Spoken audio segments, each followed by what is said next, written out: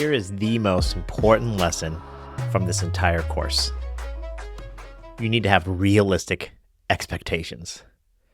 The thing is this, you're not going to get rich as a rideshare driver. You can make some good money. It can be fun.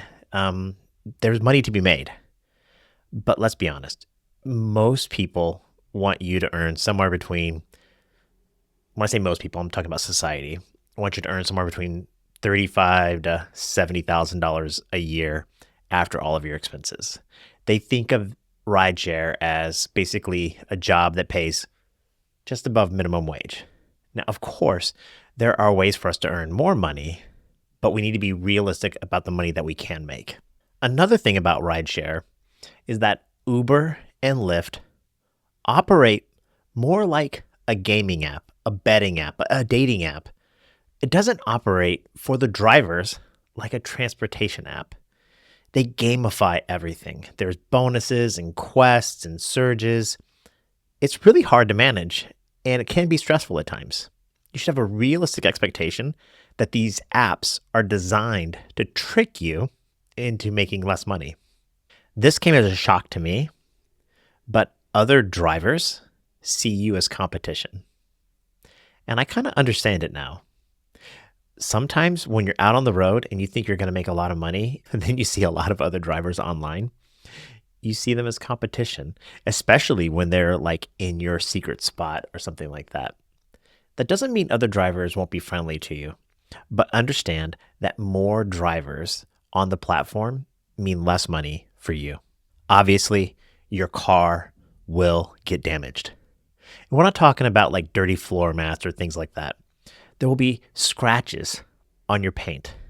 Your seats will get damaged.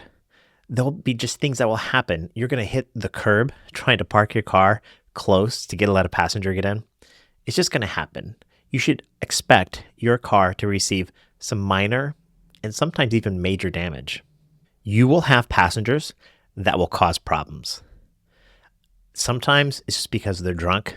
Sometimes you're just going to get a crazy person. You think that you can control who gets in your car, but you really can't.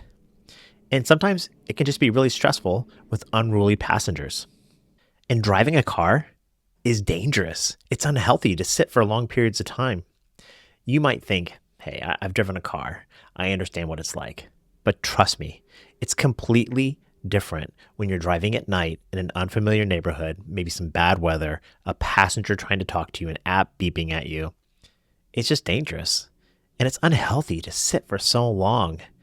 You need to find ways to stretch and get out of your car and eat healthy. You should expect that it's harder to drive as a rideshare driver than it is to drive your car the way you normally might drive it.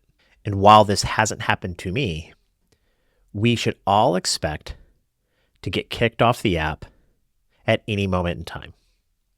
The apps don't know you or me. We're just a number. And at any given point in time, a passenger might make a false claim about you. Something in your background, when they do a background check, might come up and surprise you. And you might be kicked off the app for an hour. You might get kicked off the app permanently. So you should have a reasonable, realistic expectation that this is a temporary gig. And the final thing is that you should expect that autonomous cars are coming to your city, and the ultimate goal of the industry is to replace you with an autonomous car. I know we think Jetsons and flying cars and they promise these things, but it's happening. It's happening in cities all around America, and the cars are getting better and better at being autonomous. So you should have a realistic expectation that that is what's going to happen. If you can have realistic expectations about what you're going to make, the things that may happen to you, and the fact that the industry wants to replace you, having those realistic expectations is a healthy relationship with the gig of being a rideshare driver.